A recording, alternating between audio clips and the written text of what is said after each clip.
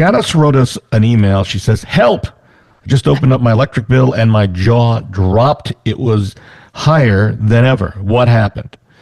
So I don't know if Lee, Randy, have you opened a bill lately and been shocked?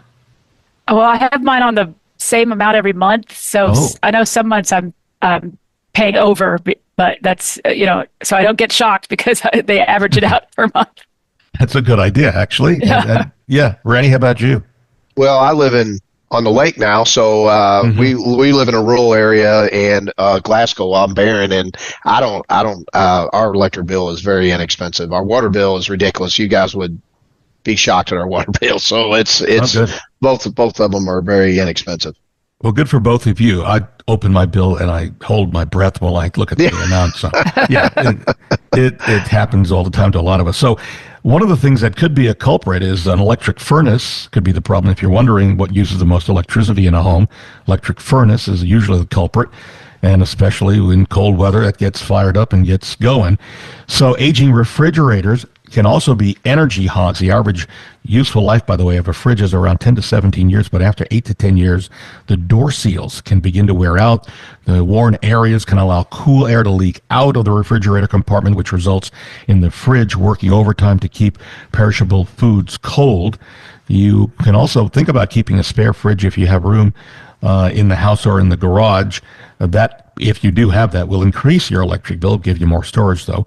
Many homeowners like to keep the freezer in the basement, and according to Energy Star Gov, the extra appliance increases your electric bill by about $125 a year. So if you have that extra freezer, that may be one of the problems. Your hot water heater's temperature may also be too high if it's electric, or even if it's gas. When you purchase a water heater, it often comes with a temperature preset to 140 degrees. And according to the Department of Energy, however, a temperature of 120 degrees Fahrenheit is plenty hot enough for most households. So by turning the water heater's thermostat down by 20 degrees, you save 6 to 10% on your water bill and expenses. And so just remember, if you're turning it down, if you got a lot of people using the house, that you need to check the recovery time. You may have to bring it back up again, but it's worth a shot, right? To bring it down to see if you'll save some money. Sure. Frequent dryer use can raise your bill. Drying a load of laundry every day will add $122.20 to your annual electric bill. And older incandescent light bulbs, if you haven't changed those out now, this is the time to think about changing from incandescent over to the LED bulbs.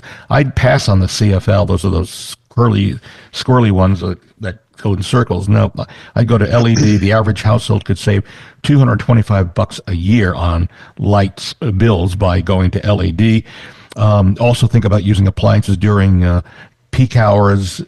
Don't use it because it's pricey.